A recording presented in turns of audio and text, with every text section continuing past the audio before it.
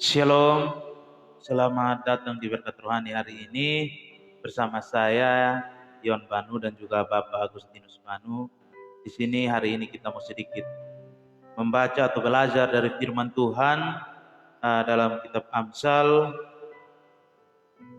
14 ayat 12 dan 16 ayatnya yang ke-25. Dan sebelum itu mari kita puji Tuhan dari pujian yang berkata Roh Kudus hadir di sini.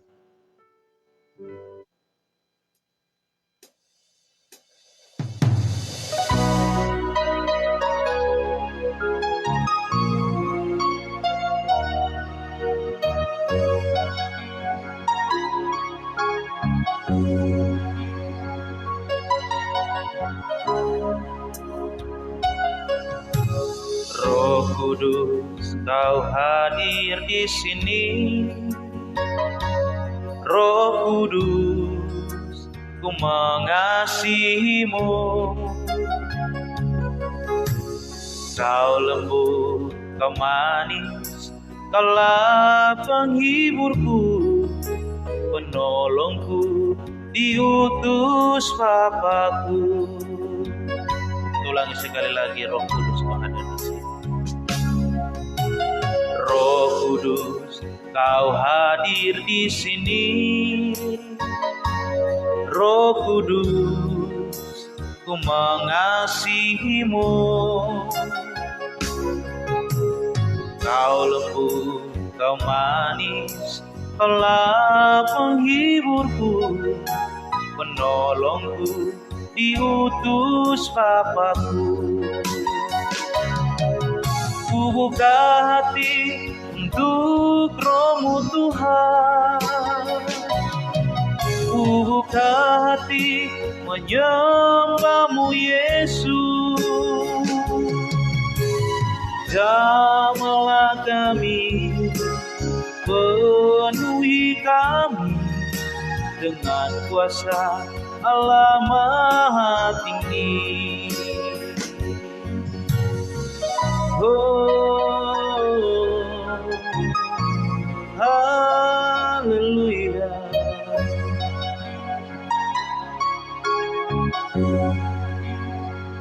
Roh Kudus kau hadir. Roh Kudus kau hadir di sini. Roh Kudus ku mengasihimu. Kau lembut, kau manis, kaulah penghiburku, penolongku, diutus Bapakku. Oh, ku buka hati untuk Roh-Mu Tuhan.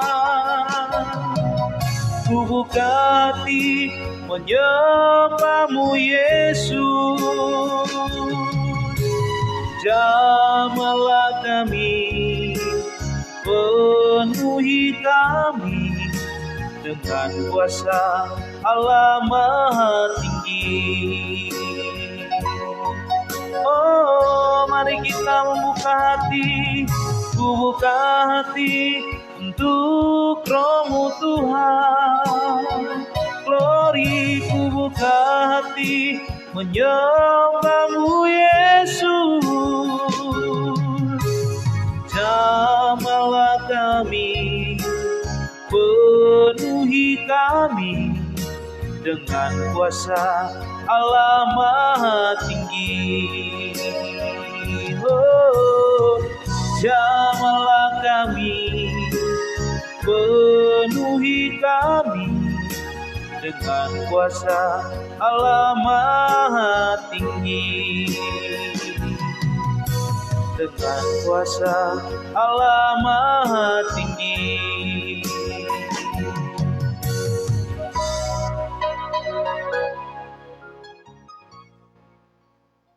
Ya baik, kita ambil waktu untuk mendengar sedikit dari firman Tuhan, yaitu tentang jalan Tuhan, dan akan dibawakan oleh Bapak Wan.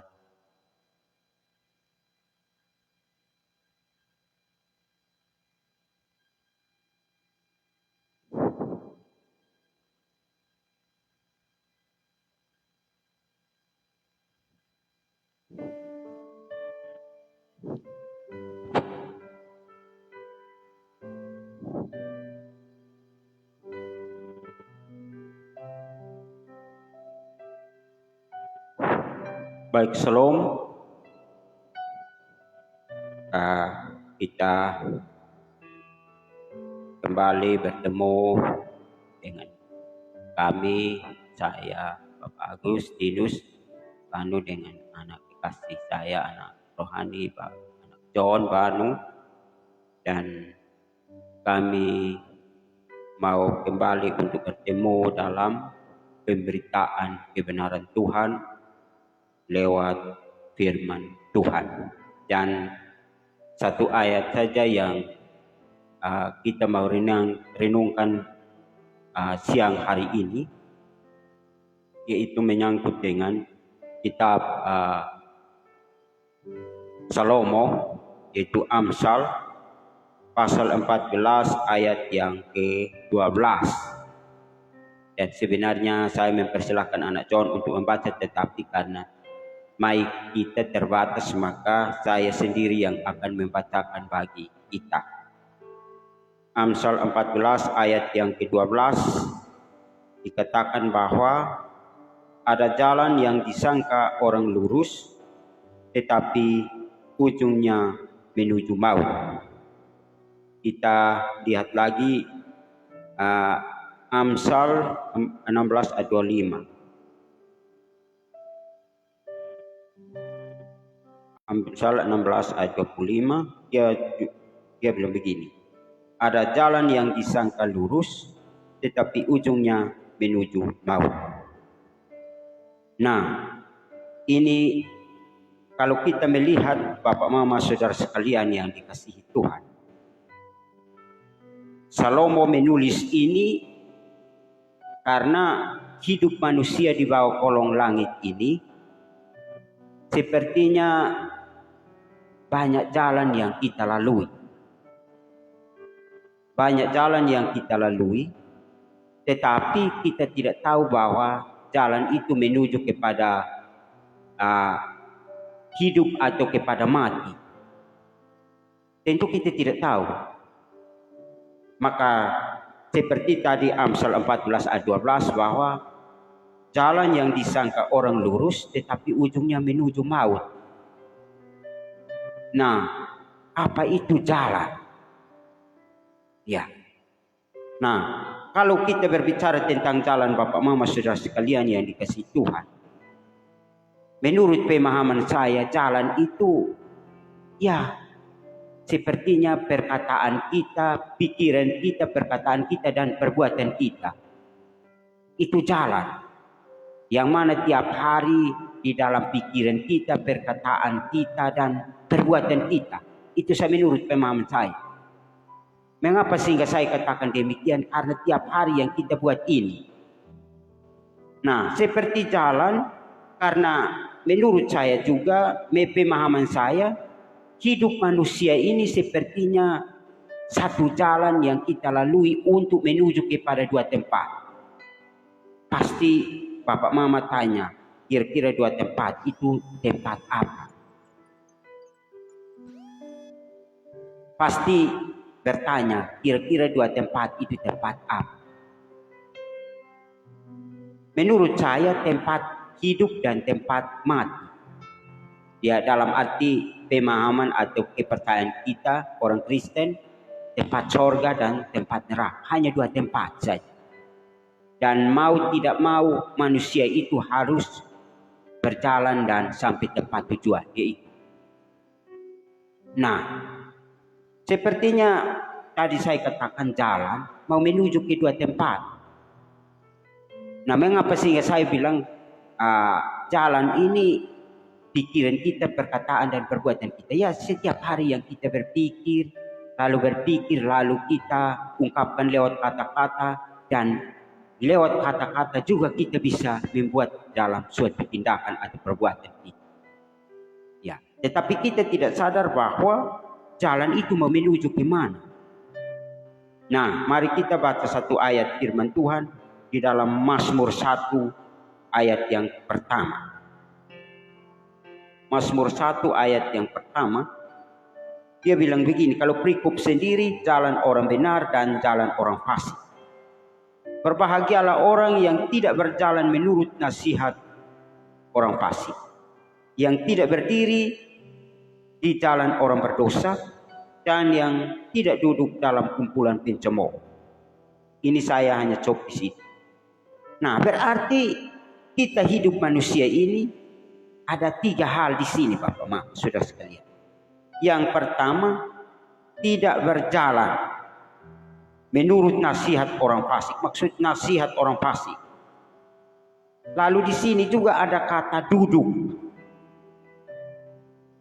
Dan di sini juga berjalan, berdiri, dan duduk. Tentu 3 hal ini penting. Tiap hari kita berjalan terus. Berjalan-jalan kita duduk. Dan kita duduk juga terkadang kita berdiri. Ya, berdiri. Maka itu mungkin berdiri, jalan-jalan berdiri, biar kita memikirkan sesuatu. Lalu kita duduk dan merenungkan. Ada 3, berjalan, berdiri, dan duduk. Itu kita tidak bisa buat sesuatu yang itu 3 hal ini tiap hari yang kita buat. Di sini tidak tulis bilang tidur, tidak tulis. Hanya bilang berjalan, berdiri, dan duduk. Berjalan, berdiri, dan duduk. Nah, ini yang perbuatan kita, baik pikiran kita, perkataan kita, dan perbuatan kita. Ini kita selalu melakukan 3 hal yang berjalan-jalan, berdiri, dan duduk. Maka tadi kita baca ayat ini bahwa berbahagialah orang yang tidak berjalan menurut nasihat orang fasik, tetapi yang tidak berdiri di jalan orang berdosa, dan yang tidak duduk dalam kumpulan pencemooh. Nah, pasti kita duduk dan artinya berkumpul dengan orang-orang di sekitar sini. Pasti duduk juga kita omong tentang hal-hal yang tidak berkenan juga. Kita berpikir, baru jalan dan berjalan, lalu kita berdiri, jalan-jalan, kita berdiri, dan kita melihat sesama kita duduk.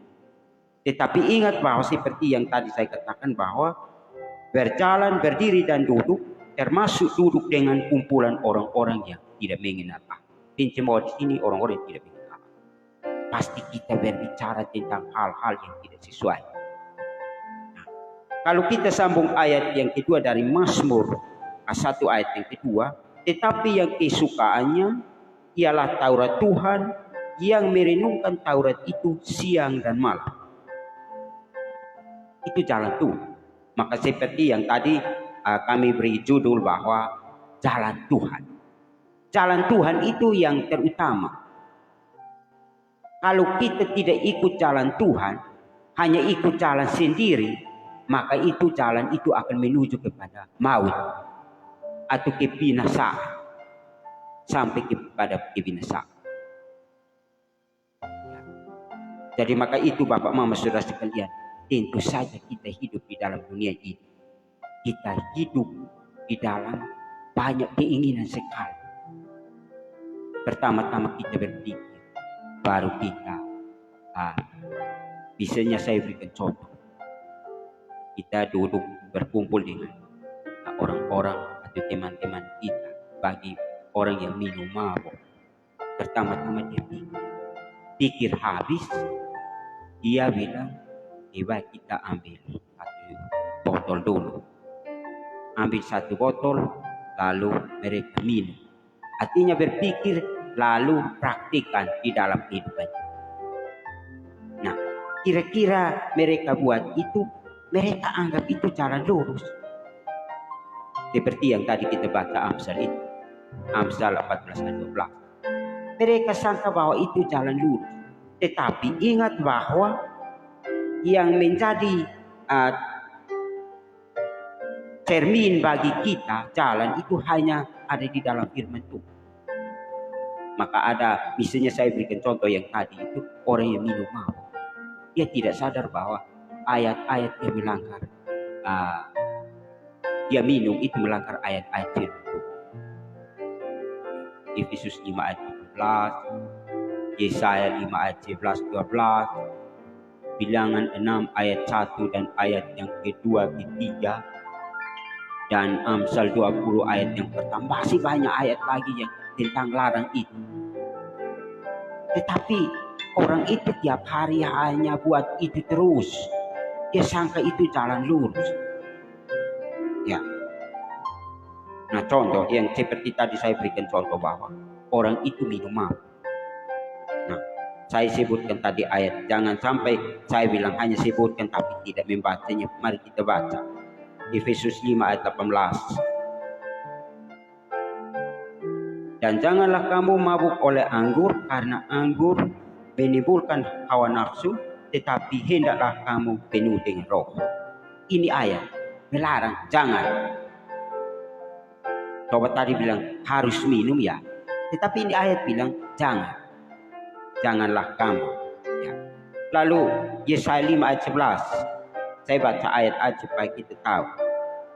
Yesaya 5 ayat 11. Celakalah mereka yang bangun pagi-pagi dan terus mencari minuman keras dan duduk-duduk sampai malam hari sedang badannya dihangat anggur. Ini celaka. Berarti memang disangka jalan lurus tetapi nanti celaka. Ya.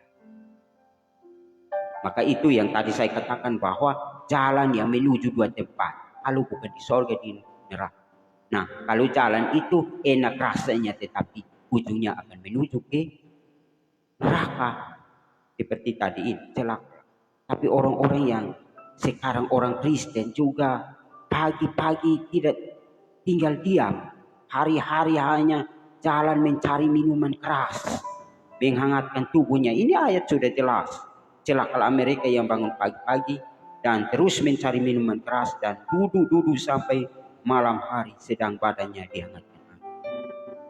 Saya dengan anak John, kami akan terus memberitakan hal-hal yang bertentangan dengan Alkitab.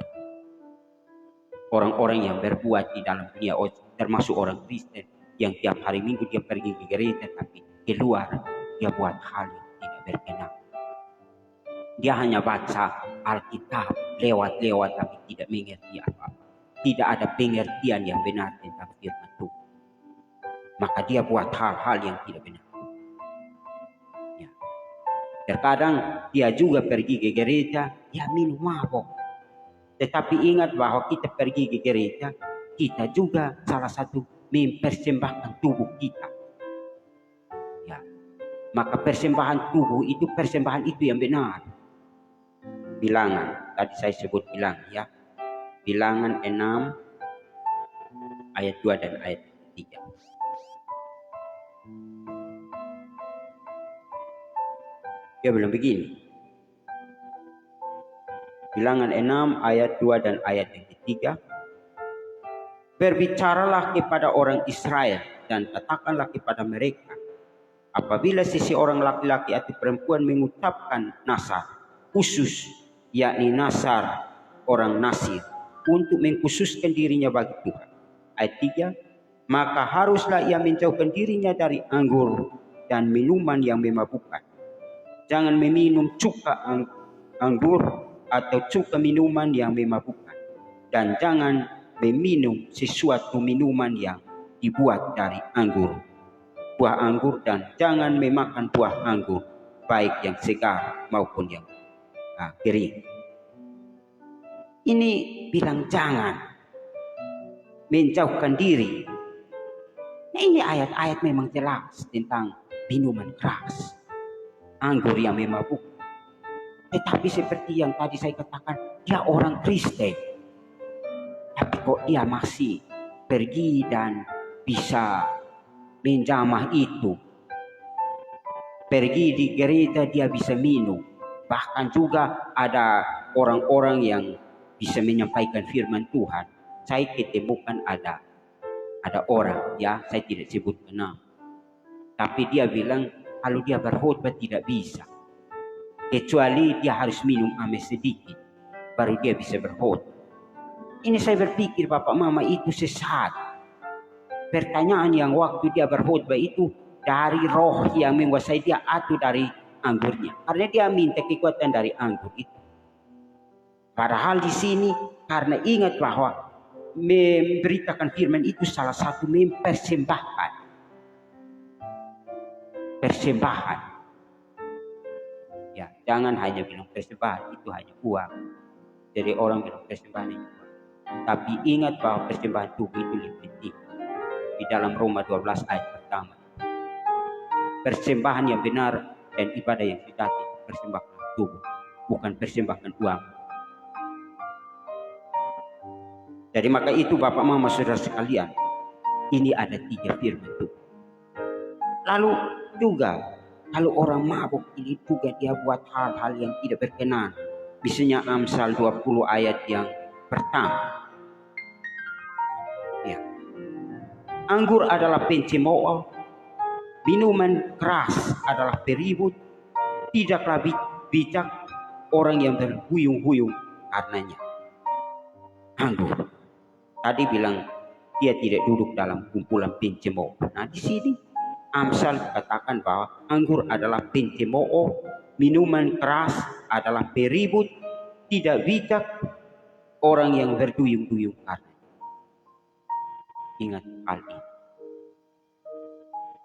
Jadi maka itu Bapak Mama Saudara sekalian, saya melihat hal ini heran sekali. Orang Kristen dia pergi beribadah di gereja, dia bawa Alkitab baca, tetapi sepertinya tidak mengerti.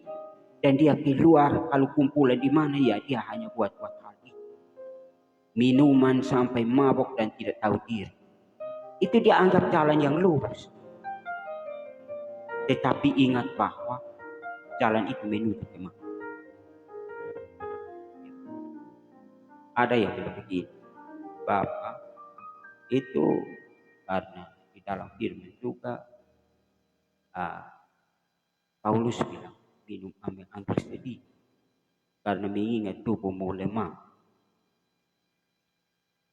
Bapak Mama tafsirkan ayat, jangan tafsirkan satu ayat bisa bertentangan dengan ayat yang lain. Ya. Paulus katakan di anak Timotius toh, misalnya pertama Timotius ya 5 ayat yang ke-23. Dia bilang begini, jangan lagi minum air saja, melainkan tambahkan anggur sedikit, berhubung pencernaanmu terganggu dan tubuhmu sering lemah. Kalau Paulus mengizinkan anak Timotius untuk minum, bisa bertentangan dengan tadi Efesus 5 ayat 18. Paulus melarang, jangan mabuk oleh anggur karena anggur menimbulkan orang, tetapi penuh dengan roh. Nah kalau ayat ini bilang suruh anak Timotius untuk minum air, jangan minum air putih saja, air saja, melainkan tambahkan anggur sedikit, berhubung pencernaan tubuhmu terganggu dan tubuhmu sering lemah. Kalau menurut pemahaman kita mungkin ada yang berbeda-beda. Menurut pemahaman saya mungkin berbeda dengan Bapak Mama, bahkan mungkin berbeda dengan pendeta-pendeta juga. Jadi menurut ayat ini karena anak Timotius ini juga adalah hamba Tuhan untuk pergi dan memberitakan Injil atau firman Tuhan. Jadi Paulus katakan kepada anak Timotius bahwa jangan lemah-lemah saja, tetapi harus keras sedikit. Kau minum air putih itu sama dengan ya lunak-lunak saja. Tetapi kalau tambah anggur sedikit ya bisa keras. Tadi orang itu dia tidak berbicara, tetapi kalau dia minum lalu mabuk dia sudah mulai berbicara dengan banyak bahasa-bahasa. Coba. Tadi kita lihat tuh orang itu pendiam.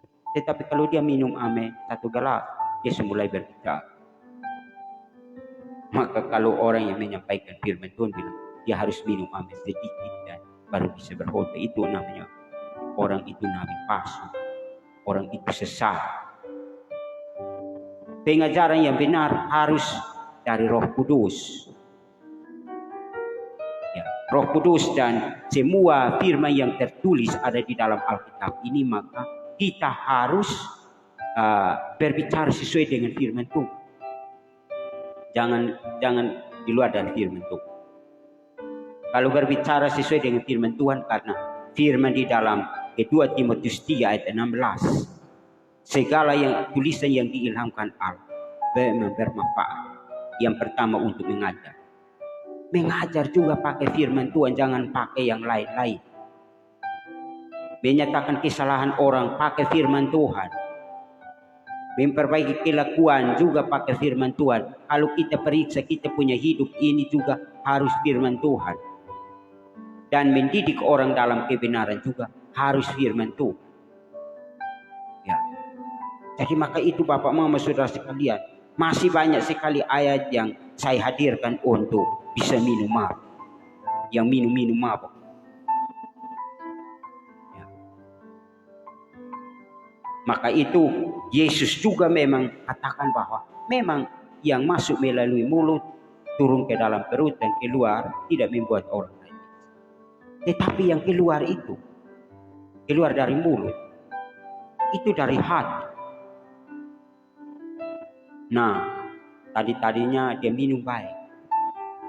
Tetapi kalau minum habis, dia sudah keluar dari mulut perbuatan yang tidak sesuai, kata-kata yang tidak sesuai. Maka ada 6 hal di situ. Jadi kalau misalnya kita membaca di dalam Matius, ya, Matius 15 ayat yang ke-17. Tidak tahukah kamu bahwa segala sesuatu yang masuk ke dalam mulut turun ke dalam perut dan dibuang ke jamah. Ayat 18. Tetapi apa yang keluar dari mulut berasal dari hati. Itulah yang menajiskan orang. Karena dari hati timbul segala pikiran jahat, pembunuh, perzinahan, percabulan, pencurian, sumpah palsu dan hujat. Itulah yang menajiskan orang. Tetapi makan dengan tangan yang tidak dibasuh tidak menajiskan orang. Ini menyangkut dengan minum, ya.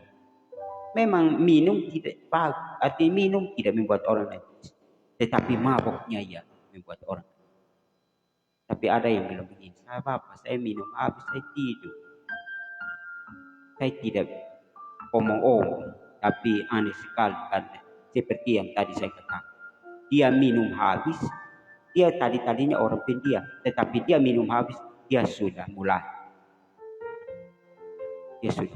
Maka itu sebagai orang yang percaya kepada Tuhan, yang kita ini harus berubah. Jangan minum itu sebagai jalan yang lurus. Jadi masih banyak hal yang saya mau bawa kepada kita melalui jalan yang lurus. Karena hidup manusia ini sepertinya satu jalan. Mau menuju, tapi jalan ini berliku-liku. Apakah kita tahan atau tidak? Seperti waktu orang Israel yang keluar dari Mesir menuju ke Kanaan. Mereka jalan yang berliku-liku, ada yang bersungut-sungut sehingga sampai Kanaan itu hanya sedikit saja yang masuk. Ya. Maka orang Israel yang sekarang ini mereka tidak percaya. Nanti pada akhir zaman baru mungkin sedikit yang percaya. Dan sekarang ini orang Kristen juga berlomba-lomba untuk mau ikut gereja. Tetapi ingat firman Tuhan. Saya teringat satu firman dalam Matius, ya. Matius 22 ayat 14. Dia bilang begini, sebab banyak yang dipanggil tetapi sedikit yang dipilih. Orang Kristen seluruhnya masuk gereja, pokoknya sesak. Tapi sedikit saja yang ikut dalam Tuhan. Sedikit saja. Firman ini bilang apa?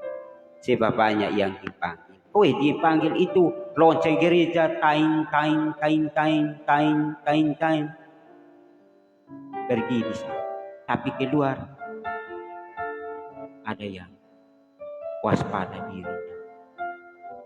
Pikir tadi renungan firman Tuhan di gereja.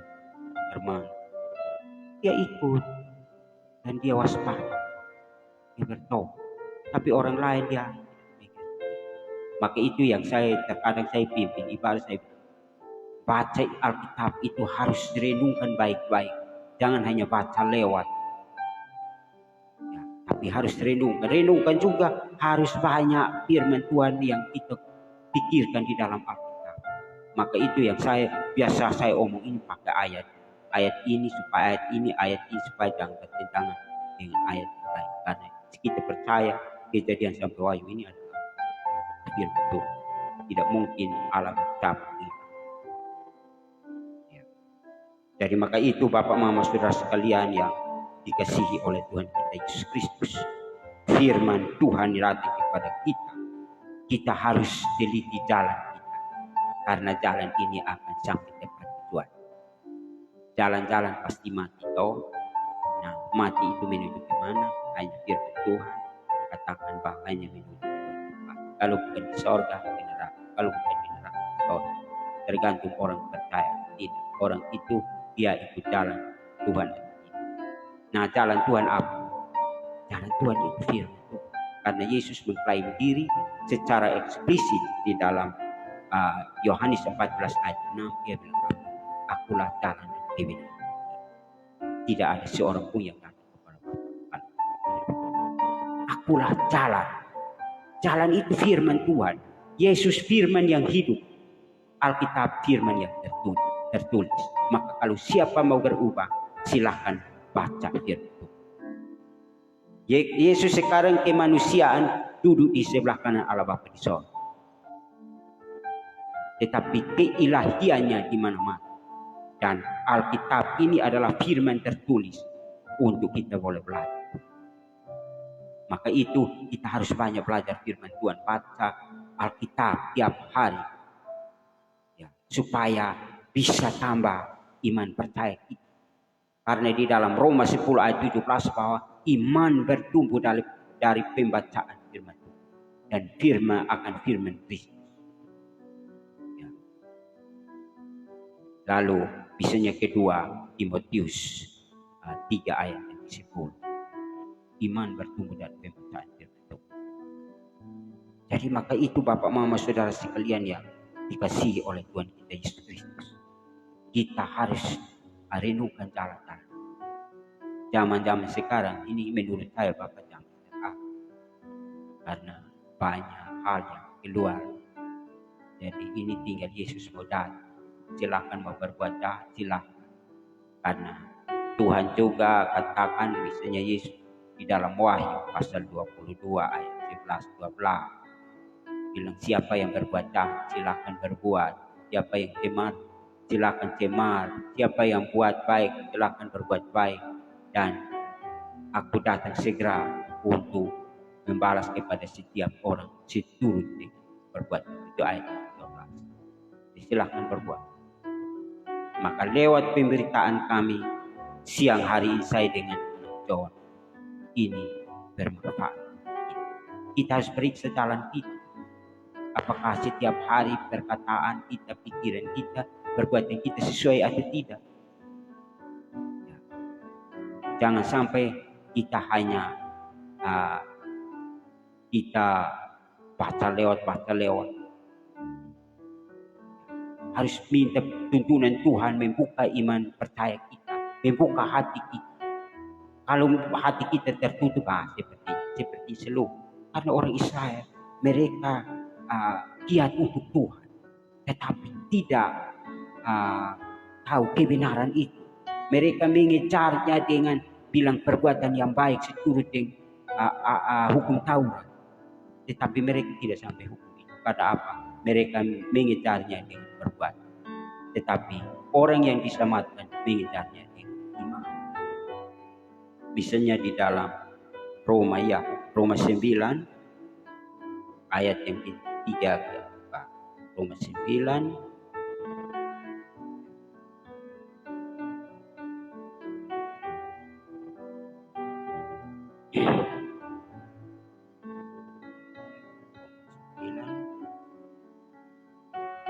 Roma 10 ya, ayat 3 dan 2 dan ayat yang 3. Dia bilang begini. Sebab aku dapat memberi kesaksian tentang mereka ini umat Israel. Bahwa mereka sungguh-sungguh giat untuk Allah, tetapi tanpa pengertian yang benar. Mereka memang sungguh giat untuk Allah. Mereka ikut gereja. tetapi tidak ada pengertian yang benar. Sebab oleh karena mereka tidak mengenal kebenaran Allah, dan oleh karena mereka berusaha untuk mendirikan kebenaran mereka sendiri, maka mereka tidak takluk kepada kebenaran Allah. Ya, jadi maka itu kita orang Israel sendiri, bangsa pilihan Allah, tapi mereka sungguh memang mereka giat untuk Allah, tetapi tidak ada pengertian yang benar tentang kebenaran. Ya. Nah, seperti yang tadi ayat 9. Ya, 9 ayat yang Roma 9 ayat yang ketiga, 2, 3, 3. Dia bilang, mengapa tidak? Ya, kita baca dari ayat 1. Atau misalnya dari ayat 10. Jika demikian, apakah yang hendak kita katakan ini? Bahwa bangsa-bangsa lain yang tidak mengejarnya kebenaran telah beroleh kebenaran, yaitu kebenaran karena iman. Tetapi bahwa Israel sungguh pun mengejar hukum yang akan mendatangkan kebenaran, tidaklah sampai kepada hukum itu. Mengapa tidak? Karena Israel mengejarnya bukan karena iman, tetapi karena perbuatan. Mereka tersandung pada batu sandung. Ya. Seperti ada tertulis, sesungguh aku meletakkan di Sion sebuah batu sentuhan dan sebuah batu sandung. Dan siapa yang percaya kepadanya tidak akan bermalu. Percaya itu maksudnya percaya kepadanya itu siapa? Yesus. Israel sekarang ini kalau kita hitung Kristen bilang dia Yahudi sana hanya minim sekali. Percaya Yesus. Kristen sedikit saja. Mereka hanya masih mempertahankan Taurat, hukum Taurat. Tetapi ingat seperti firman Tuhan tadi, mereka mengejarnya di perbuatan. Kau pun perbuatan berapa untuk masuk surga? Kalau kau tidak beriman dan percaya kepada Yesus. Kita punya perbuatan tidak menyelamatkan kita Bapa. Hanya beriman saja kepada Yesus, maka kita memperoleh hidup. Setelah beriman kepada Yesus, tunjukkan perbuatan itu melalui kita punya iman baru itu. Dan tujuan untuk melakukan perbuatan baik itu hanya untuk mengucap syukur kepada Tuhan, dan itu bagian daripada itu. Ya, ada upah-upah yang akan diperhitungkan. Tetapi perbuatan baik itu syarat keselamatan. Itu bukti dari iman yang kita iman percaya. Tapi kalau orang itu katakan bahwa aku sudah percaya Yesus, tapi dia masih tinggal dalam kemabukan, pesta orang, ingat bahwa orang itu belum dan mati tetap masuk neraka. Saya baca di ayat Galatia 5 ayat 21. Galatia 5 ayat yang ke-21. Kedengkian, kemabukan, pesta pora dan sebaiknya terhadap semuanya itu kuperingatkan kamu, seperti yang telah kubuat dahulu, bahwa barang siapa melakukan hal-hal yang demikian tidak akan mendapat bagian dalam kerajaan surga. Ini ingat baik-baik. Jadi tidak masuk. Maka itu orang yang minum mabok sampai mati, saya percaya tidak masuk surga. Ini kan ayat, bukan ayat kita yang tulis. Ini ayat memang sudah kemabukan. Maksud mabuk, minum, mabuk, pesta pora itu tidak masuk dalam kerajaan surga. Itu orang pemabuk. Ingat bahwa sekarang ini banyak sekali orang Kristen yang buat, tapi harus diredupkan baik-baik. Jadi mungkin masih banyak sekali yang saya mau omong, tetapi ingat bahwa nanti lain kali kita sambung, dan mungkin saya berikan kesempatan untuk saya John tambah sedikit. Terima kasih dan shalom saya berikan kepada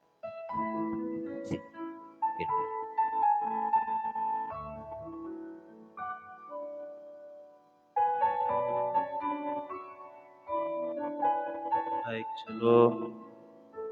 Berbicara tentang firman Tuhan yang pada siang hari ini kita dengar dalam berkat rohani ini,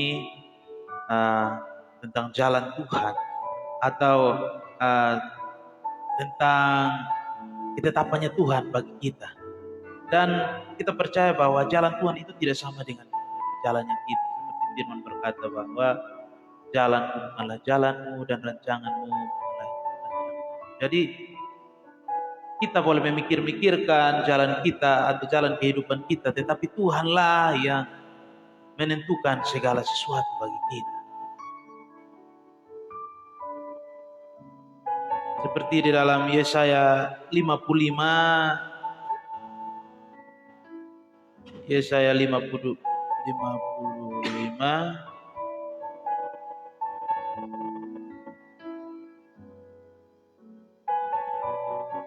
seperti di dalam Yesaya 55 ayat 8 yang bunyi firman-Nya seperti ini. Sebab rancanganku bukanlah rancangan dan jalanmu bukanlah jalan. Ya.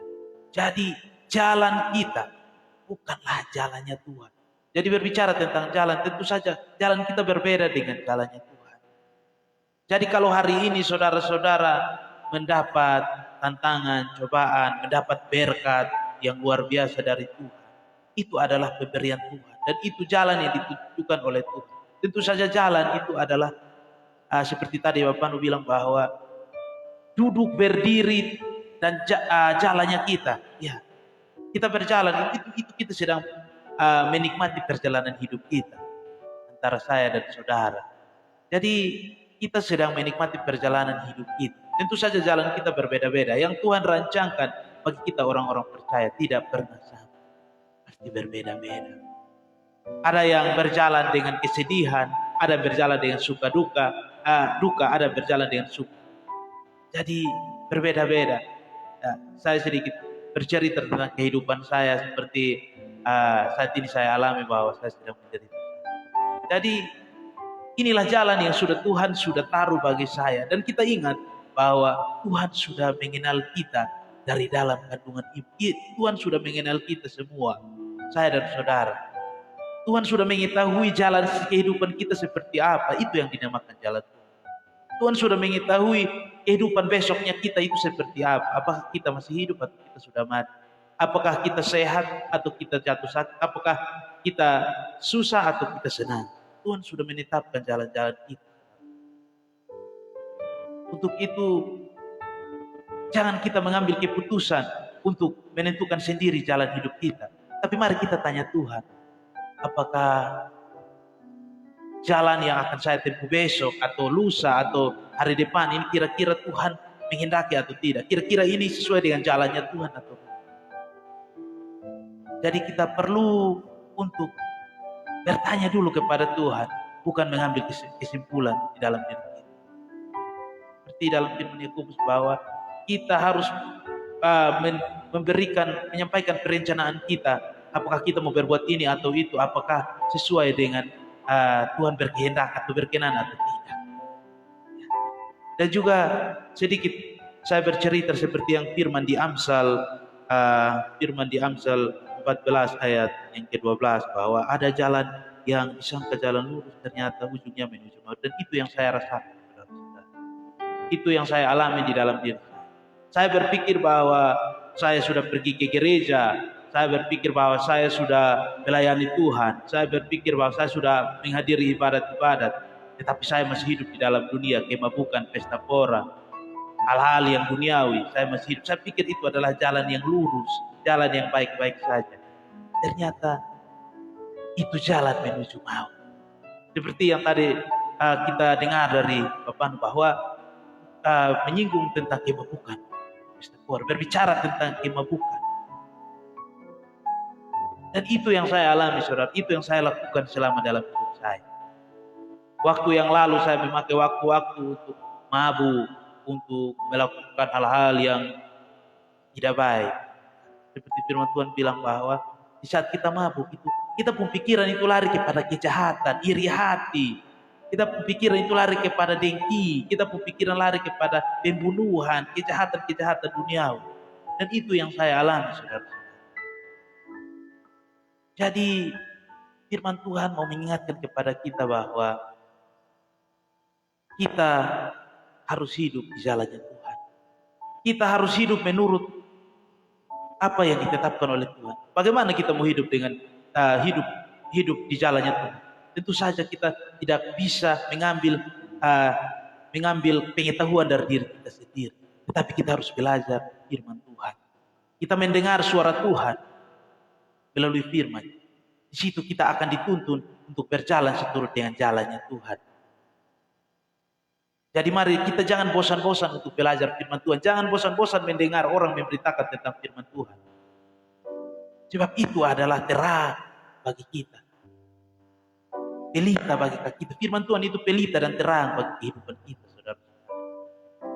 Bagaimana kita mau berjalan sesuai dengan jalannya Tuhan? Tentu saja melalui firman Tuhan. Maka itu, biarlah roh kita menyala-nyala untuk mendengar firman Tuhan. Baik yang bisa melayani, mari kita melayani Tuhan.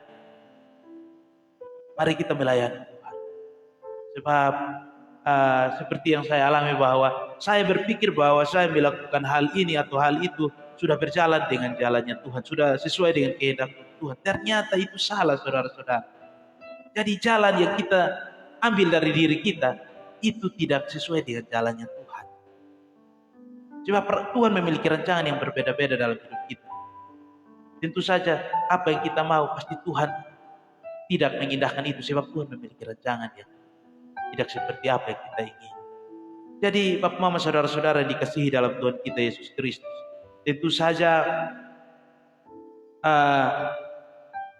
dari firman Tuhan kita bisa mengenal jalannya Tuhan itu seperti apa. Untuk itu saya mengajak kita semua, janganlah kita bosan-bosan untuk membaca firman, dan juga janganlah kita bosan-bosan untuk mendengar pemberitaan tentang firman Tuhan. Saya mau sedikit bersaksi bahwa dulunya saya ini suka minum mabok. Saya ini kalau suka cari orang untuk minum-minum. Tetapi saya berpikir bahwa orang lain bisa melakukannya, kok banyak orang bisa mabuk-mabukan, saya juga mau mabuk-mabukan.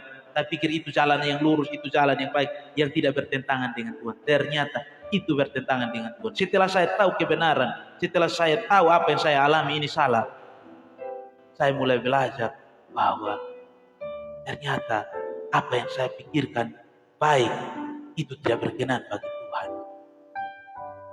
Ya. Dan salah satu yang paling penting bahwa tubuh kita ini adalah bait Allah. Kita berbicara tentang kemabukan, tubuh kita ini adalah bait Allah. Bagaimana kita mengotori tubuh kita ini dengan merusaknya dengan hal-hal yang kotor, hal-hal yang dilarang oleh firman Tuhan.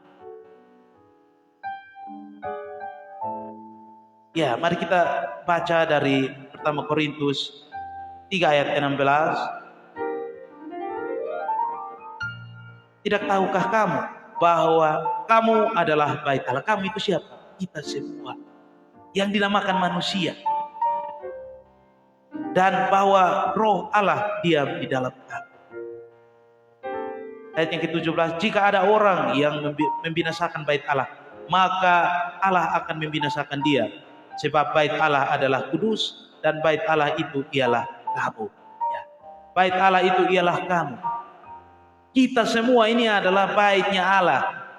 Jadi bait Allah itu kita jangan berpikir bangunan gereja. Gereja yang sesungguhnya yaitu kita ini.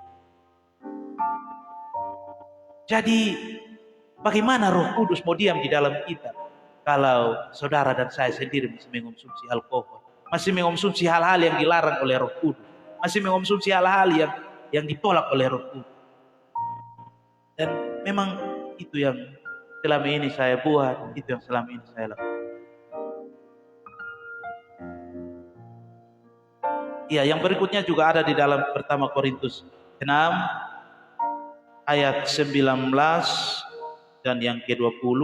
Coba kita baca. Atau tidak tahukah kamu bahwa tubuhmu adalah bait Roh Kudus yang diam di dalam kamu, Roh Kudus yang kamu peroleh dari Allah, dan bahwa kamu bukan milik kamu sendiri. Ayat yang ke-20, sebab kamu telah dibeli dengan harganya yang lunas, karena itu muliakanlah Allah dengan tubuh. Ini saya setiap kali saya membaca firman Tuhan yang tadi kita bacakan, yaitu 1 Korintus 6 ayat 19 dan 20, seperti menampar saya.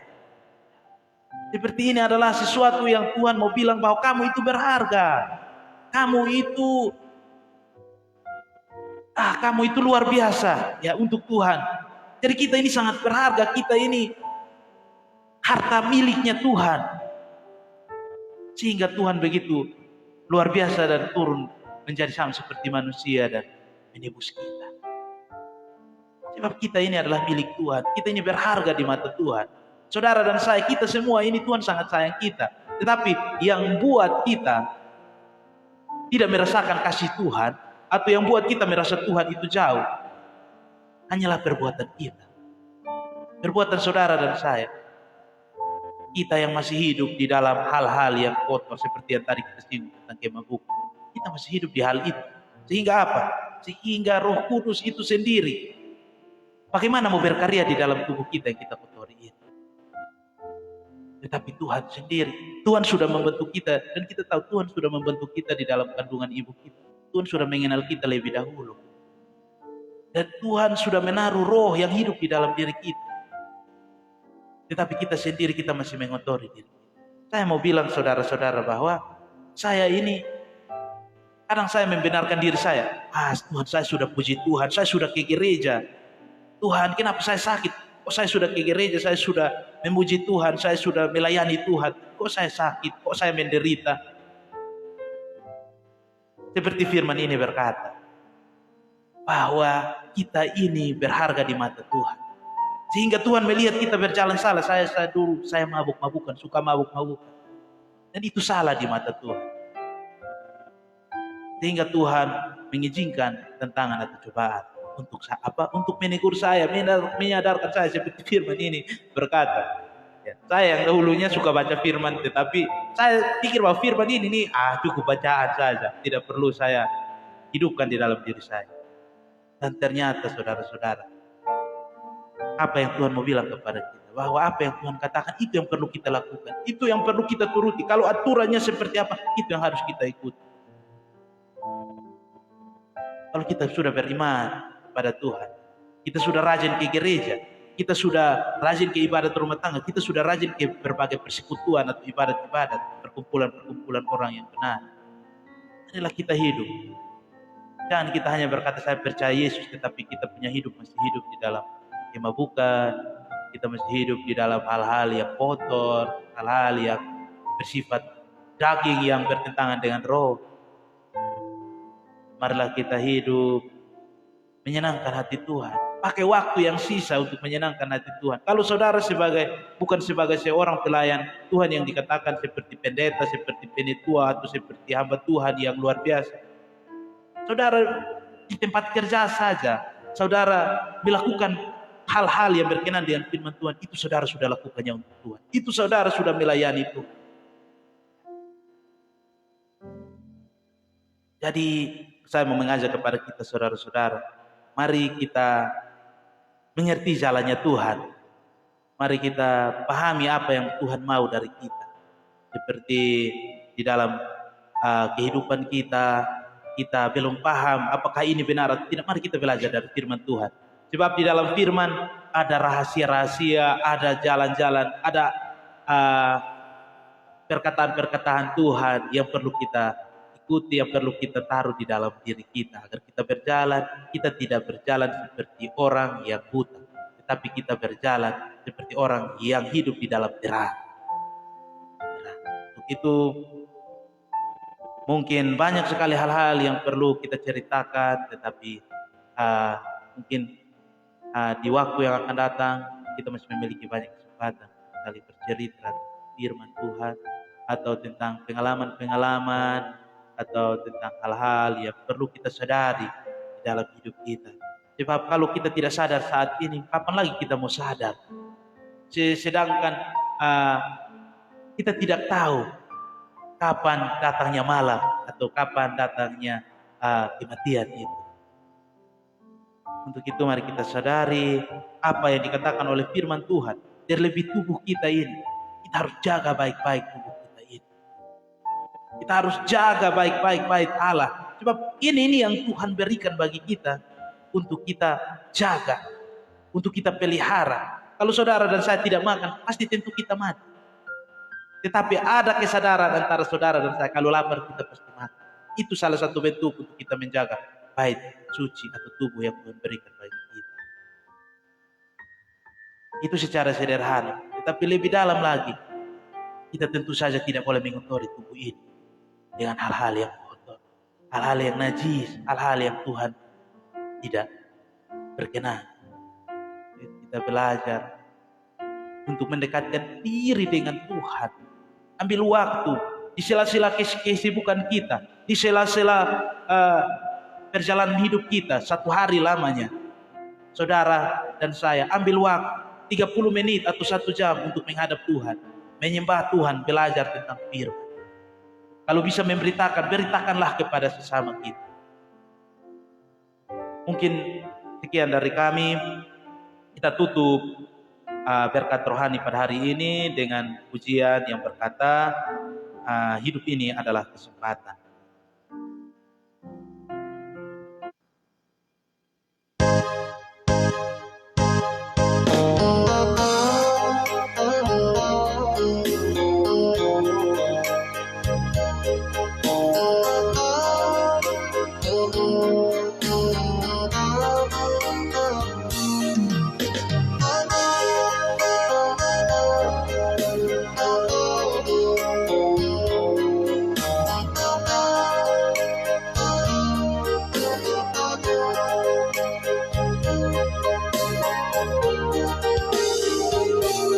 Hidup ini adalah kesempatan. Hidup ini untuk melayani Tuhan. Amin. Jangan sia-siakan waktu yang Tuhan beri. Hidup ini harus jadi berkat. Hidup ini adalah kesempatan. Hidup ini untuk melayani Tuhan. Jangan sia-siakan waktu yang Tuhan beri. Hidup ini hanya sementara. Oh Tuhan, pakailah hidupku selagi aku masih kuat. Bila saatnya nanti ku tak berdaya lagi, hidup ini sudah jadi berkat. Kita ingat saudara-saudara bahwa hidup kita ini hanyalah sementara. Untuk itu waktu yang masih ada, atau Tuhan memberikan, selagi memberikan nafas hidup, kesempatan kepada kita untuk hidup, mari kita pakai untuk melayani Tuhan. Kita pakai untuk menjadi berkat bagi sesama, pakai untuk menjadi berkat bagi orang lain, agar sudah tiba waktunya kita sudah melayani Tuhan, bukan saja hidup ini adalah kesempatan. Hidup ini untuk melayani Tuhan.